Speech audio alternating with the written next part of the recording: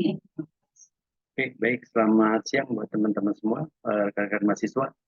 Hari ini kita pertemuan untuk online. Ya. Jadi kemarin sudah ada beberapa pertemuan yang membahas bagaimana sih persyaratan menjadi eksportir, bagaimana dokumen yang harus kita persiapkan, ya. Terus juga bagaimana kemasan dan bagaimana juga untuk ini ya, untuk nanti kita akan bahas bagaimana cara pengirimannya ya. Nah, untuk hari ini kita bahas bagaimana tentang sistem pembayaran. Bahwa dalam ekspor impor tentu ada cara bayarnya, tentu ada perjanjian mau dibayarnya kapan atau mau dibayarnya dengan cara apa. Ya, nanti di sini ada beberapa sistem pembayaran yang secara umum ini kita bagi dalam dua ya. Ada yang non LC dan ada dengan LC. Kalau non LC itu pembayaran di mana bank tidak terlibat secara langsung. Ya. Artinya bank di luar dari transaksi kita. Dan yang kedua adalah LC atau Letter of Credit. Nah, cara pembayaran ini biasanya bank terkait langsung dengan dokumen, terlibat langsung dengan pembiayaan, pendanaan. Ya, ini makanya kenapa dalam LC ini bank akan ikut serta dalam transaksi. Nah, kita pertama akan bahas non LC dulu. Ya, untuk non LC ini ada beberapa cara pembayaran yang salah satunya adalah advance payment. Advance payment, open account, ada konsinyasi atau consignment. Mungkin yang pertama kita bahas open account dulu ya.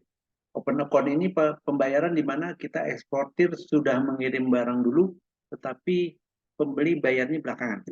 Jadi mereka terima dokumen, baru bayarnya belakangan.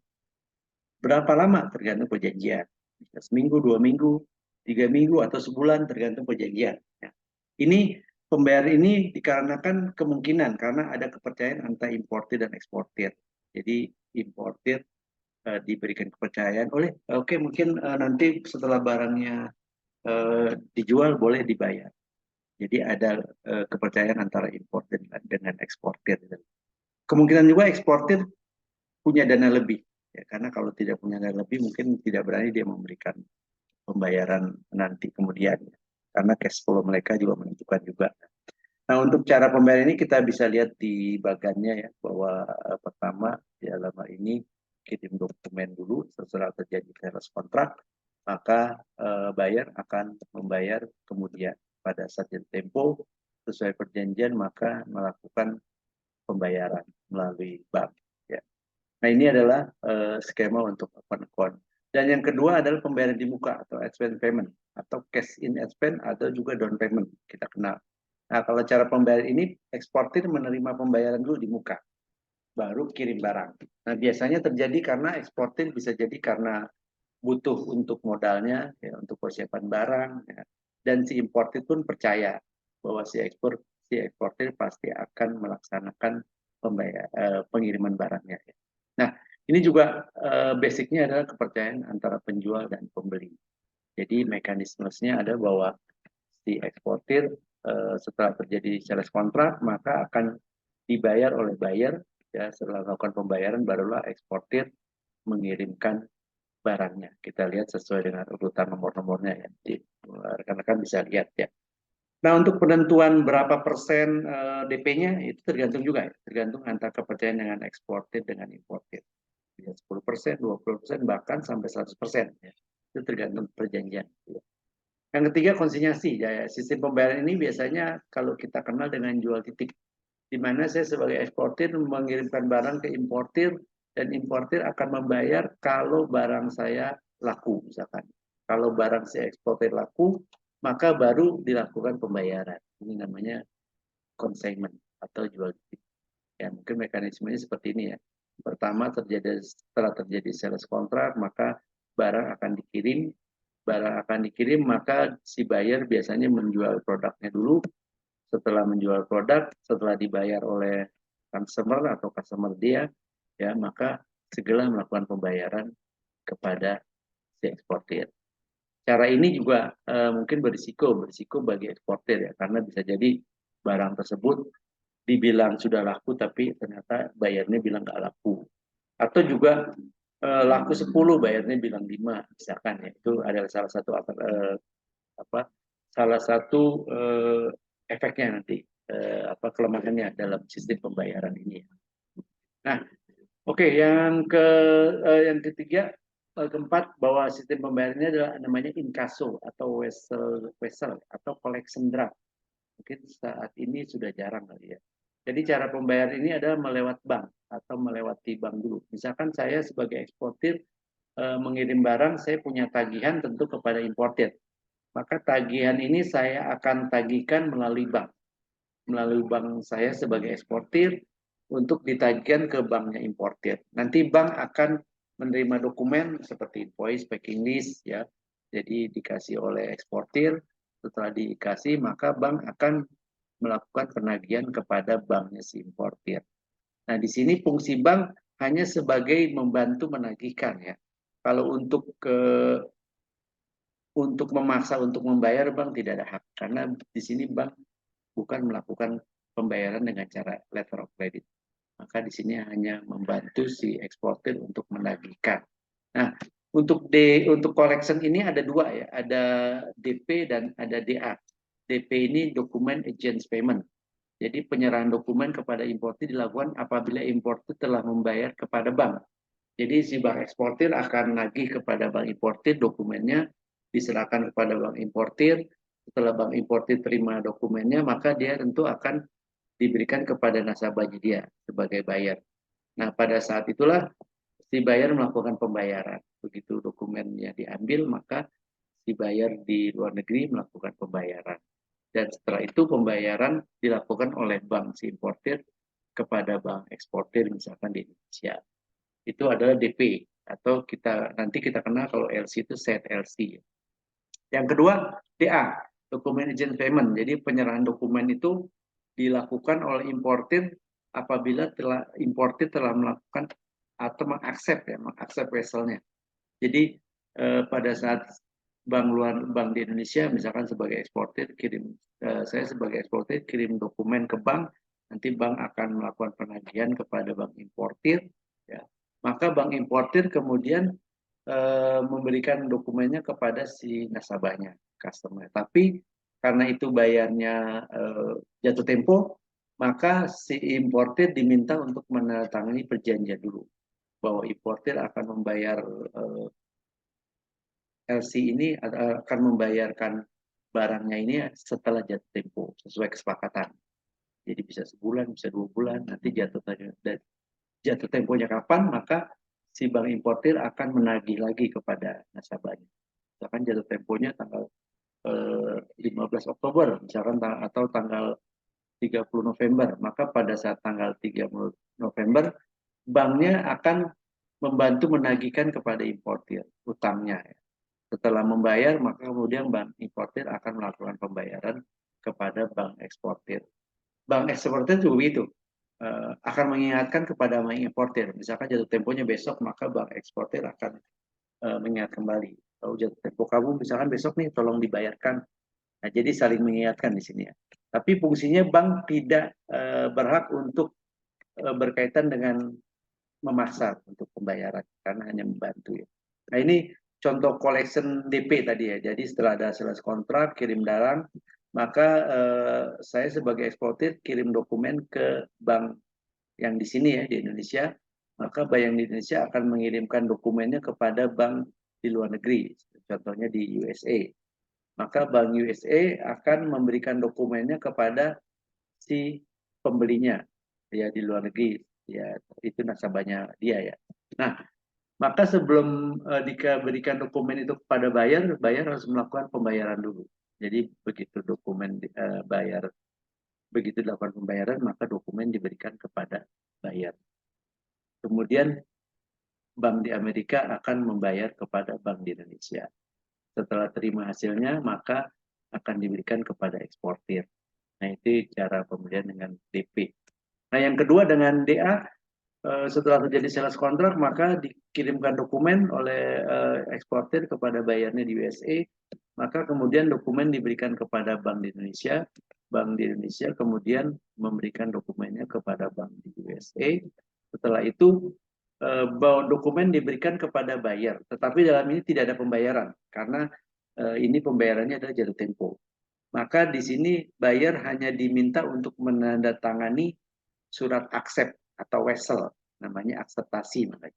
Jadi setelah menandatangani surat wesel tersebut dan berjanji akan membayar pada saat jatuh tempo, maka baru dokumen diberikan oleh banknya. Ya. Nah, pada saat jatuh tempo, maka si buyer harus membayar. Nah, ini diingatkan oleh kedua belah pihak. Ya. Maka setelah itu dilakukan pembayaran kembali oleh Bank USA, maka juga dilakukan pembayaran kepada customer di Indonesia. Jadi dalam hal ini, Bank si USA belum melakukan pembayaran ya, karena dia begitu memberikan dokumennya kepada buyer, maka buyer akan berjanji membayar pada satu tempo, misalkan tanggal 30 November.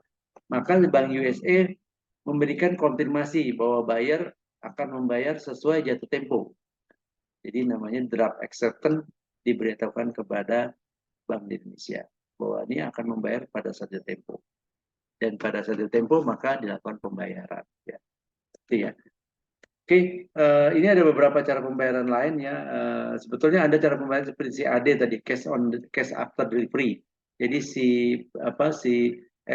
importir akan membayar setelah eksportir kirim dokumen, kirim barang, sudah kirim barang, maka importir akan melakukan pembayaran. Buktinya apa? Buktinya kalau saya kirim dengan laut, maka saya akan kasih bukti dengan BL-nya kepada si pembeli.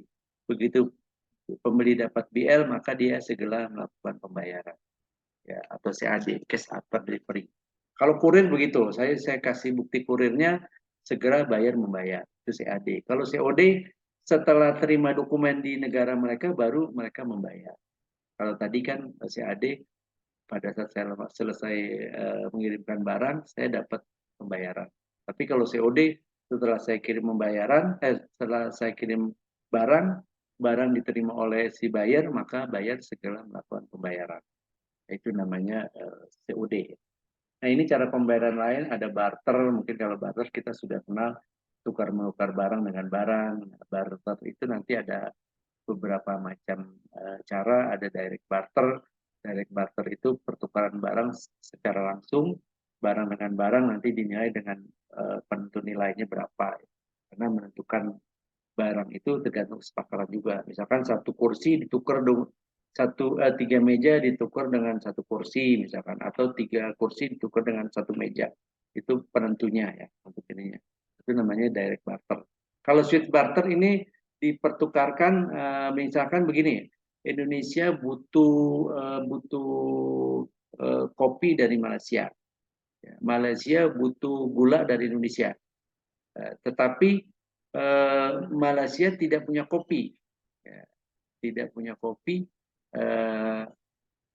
maka Malaysia, misalkan Brazil punya kopi, ya, maka Malaysia dalam hal ini akan men-switch ke Brazil. Jadi Brazil yang mengirimkan kopi ke Indonesia, sedangkan Indonesia kirim gula ke Malaysia. Tetapi nanti Malaysia juga bernegosiasi dengan Brazil. Brazil butuh apa nih? Oh, saya butuh cengkeh. Maka Malaysia akan mengirim cengkeh ke Brazil. Tetapi sebagai gantinya Brazil akan kirim kopi ke Indonesia. Jadi di switch ya. Jadi Malaysia terima gula dari Indonesia, sementara Indonesia butuh kopi, karena kopi tidak ada, maka Malaysia datang ke Brazil untuk kirim kopi ke Indonesia. Nah, Brazil kebetulan butuh cengkeh dengan Malaysia, maka mereka terjadi transaksi Malaysia kirim cengkeh, sementara Brazil kirim kopinya ke Indonesia. Itu namanya switch barter. Ya.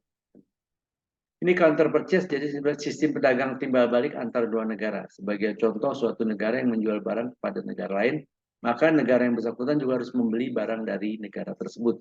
Saya jelas saya cash. Jadi kalau Cina beli barang dari Indonesia, maka Indonesia pun harus beli barang dari Cina. Jadi ada counter purchase. Nah, ini buyback barter. Jadi merupakan sistem barter beli kembali yang umumnya dilakukan oleh negara-negara yang maju ya. Jadi dia menerapkan alih teknologi sistem buyback ini, jadi di mana negara maju membantu menciptakan kapasitas produksi. Misalkan di Indonesia karena butuh mesin untuk kapasitas produksinya ya, maka diberikan teknologinya oleh Malaysia. tetapi hasil produksinya harus dijual oleh ke Malaysia. Atau misalkan Amerika memberikan mesin kepada Indonesia supaya produksinya tinggi, tapi hasil produksinya harus dijual ke Amerika. Ya, ini namanya buyback barter. Ya. Oke, ini hanya contohnya aja ya. Contoh sistem pemerintah Rusia akan menjual tank ke Indonesia, tapi Indonesia mencatatkan Rusia membeli beberapa bagian tank yang diproduksi oleh Pindad. Ya. Oke, ini sama juga dengan buyback ya ininya. Oke, ini saya rasa bentar ya. Oke, ini cuma perdagangan lintas batas ya. Saya rasa nggak perlu ya. Jadi perdagangan lintas batas itu biasanya perdagangan tapal batas ya, antar perbatasan Indonesia baik laut atau darat ya nanti. Nah ini saya rasa penyelundupan masih ada ya, tapi tidak diperkenankan ya. Tapi setiap negara pasti ada penyelundupan. Jadi bagaimana memindahkan kekayaan atau bagaimana menjual, tetapi menjual tidak dalam kapasitas resmi atau smuggling kita bilang penyelundupan. Ini juga masih ada, tetapi bukan dipersyaratkan ya. Hanya saya hanya berikan aja bahwa masih ada penyelundupan seperti itu. Ya, saya rasa untuk ke materi ini sekian dari saya. Nanti kalau ada pertanyaan bisa ditanyakan. Kalau ada yang kira-kira kurang dipahami boleh bertanya. Silakan bebas ya. Saya rasa itu dari saya untuk hari ini. Nanti kita ketemu lagi di kelas untuk offline-nya ya. Terima kasih untuk mahasiswa semuanya. Ya, oke, salam.